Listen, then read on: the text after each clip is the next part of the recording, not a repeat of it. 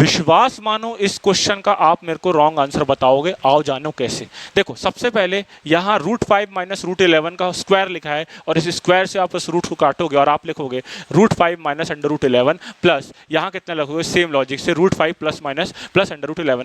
√11 से √11 कल्याण करोगे और आप बोलोगे आंसर आ रहा है भैया मेरा 2√5 और ये आंसर हो जाता है रॉन्ग।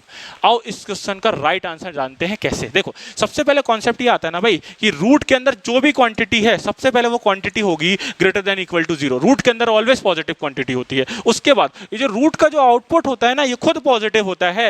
रूट का कभी आउटपुट नेगेटिव नहीं होता है। इसका मतलब क्या, अगर मैंने मान लो रूट के अंदर 16 लिखा है तो आउटपुट क्या होगा इसका भाई 4 होगा। इट नेवर बी +-4, +-4 नहीं होता है, it is always and always +4। ठीक है, मतलब रूट का आउटपुट भैया आप बोल रहे हो कि ऑलवेज पॉजिटिव होता है।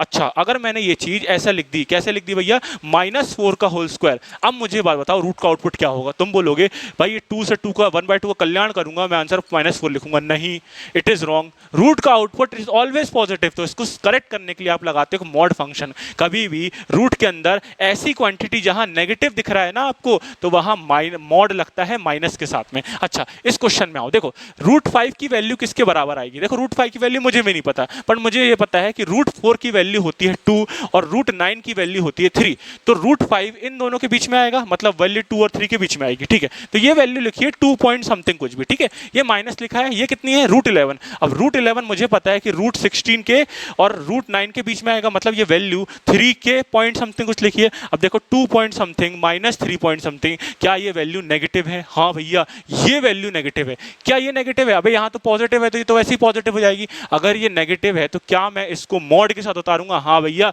क्यों, क्योंकि ये नेगेटिव है। और अभी हमने सीखा कभी भी नेगेटिव वैल्यू आती है और उसका स्क्वायर होता है तो आप मॉड के साथ उतारते हो उसको। ठीक है, तो ये मॉड के साथ उतरेगा और मॉड के साथ उतरेगा तो वैल्यू कितनी आ जाएगी √5 माइनस √11 है ना, विद द मॉड प्लस। अब यहाँ पर कोई दिक्कत नहीं है, ये तो स्क्वायर से काट दो आप, ये तो पॉसिबल है ना भाई पॉजिटिव वैल्यूज के लिए √5 प्लस √11। ठीक है भैया, अब क्या करोगे, अब देखो मॉड है मतलब आउटपुट आने वाला पॉजिटिव, और अगर पॉजिटिव आएगा इसका मतलब ये माइनस के साथ आएगा बाहर √5 माइनस √11। क्यों माइनस के साथ आया, अगर माइनस मल्टीप्लाई करोगे तो देखो कितना बन जाएगा √11 माइनस √5। ठीक है, प्लस ये कितना बन रहा है √5 माइनस प्लस √11। अब देखो क्या हो रहा है, ये पॉजिटिव और ये नेगेटिव हो गया क्या, तो √5 से √5 का कल्याण हुआ और आंसर तुम्हारा कितना आया 2√11। और तुमने कितना निकाला था 2√5 निकाला था। देखे समझे कि राइट आंसर क्या है। तो भाई वीडियो को क्या कर लो, सेव कर लो, आगे काम आएगा, और शेयर करो नीडी वंस को। अगली वीडियो में मिलते हैं अगले कॉन्सेप्ट के साथ। अंटिल देन जय हिंद।